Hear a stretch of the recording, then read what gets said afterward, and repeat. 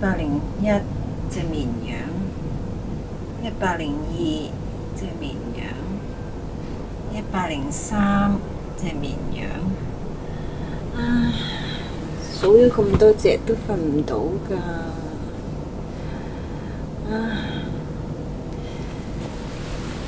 點算啊？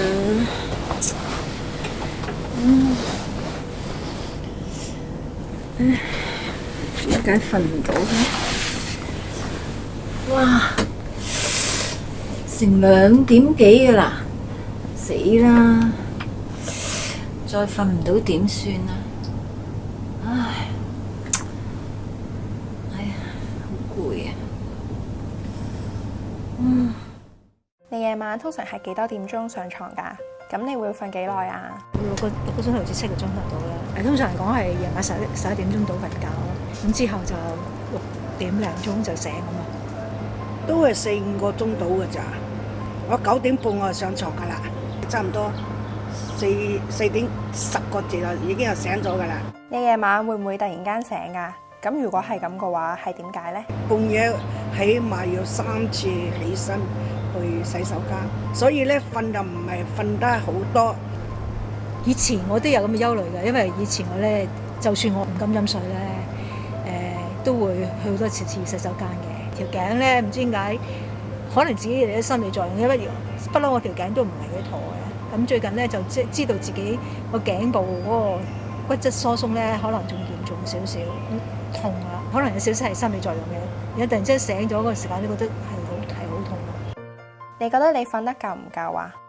我唔係好夠瞓，但又唔會覺得話真係好攰好辛苦咁咯。一去做開嘢就好，真係精力充沛㗎啦。6-7個鐘都 OK 嘅，就對我嚟講，即係因為如果太瞓得耐啲滯，就覺得會好似仲攰啲，仲辛苦啲。你會唔會有瞓晏覺嘅習慣呢？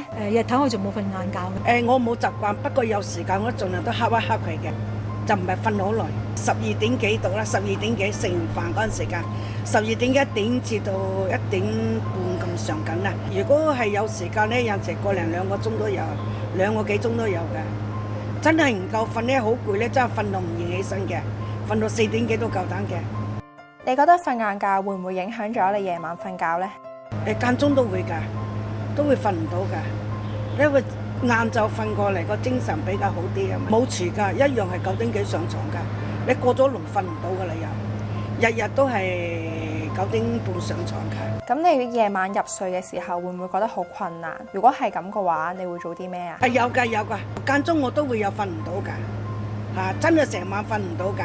我好少話真係瞓唔着咧，我就起身做任務㗎，咪瞓下定下咁啊，瞌一陣間又再醒下，係咁斷做瞓唔到嘅，瞓唔到係好辛苦。又起身咧做幾下運動，咁然之後之前冇用打時針方向百會穴啊，同埋印堂咧，以前有人 send 啲網頁俾我話俾你聽咧，腳底按摩都 OK。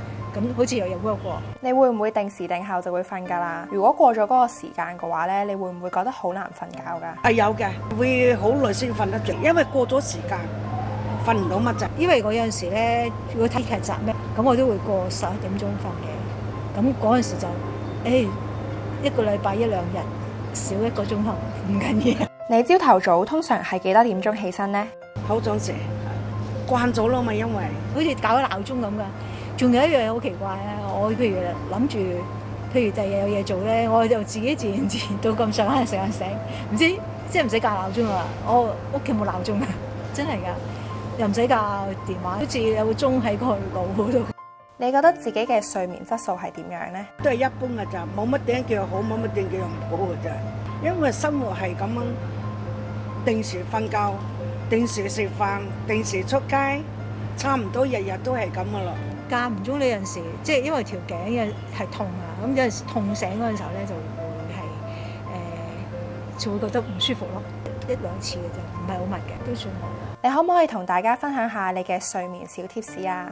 瞓定，唔好諗嘢，就係咁樣由得佢，唔好諗嘢，唔好諗嘢，咁啊等佢慢慢自然咧，幾耐都好啦，咁啊就慢慢就瞓得到啦。瞓覺之前唔好玩手機，唔好睇一啲好恐怖嘅電影啊，盡量舒服啲啫，俾自己喺嗰個係進入休息狀態咯嚇，做嗰啲即係比較係伸展運動同埋唔係太激烈嘅運動咧，咁 OK 嘅，即係可以嘅嚇。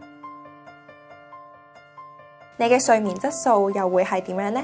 你覺得隨住歲數增長，點樣先至叫做好嘅睡眠質素呢？如果想獲得更加多嘅資訊同免費課程，可以經呢度嘅二維碼或者搜尋賽馬會劉金仲護老有醫道 Jockey Club Cadenza Etus for Elder Care 嚟我哋嘅網站同 Facebook 睇下啦。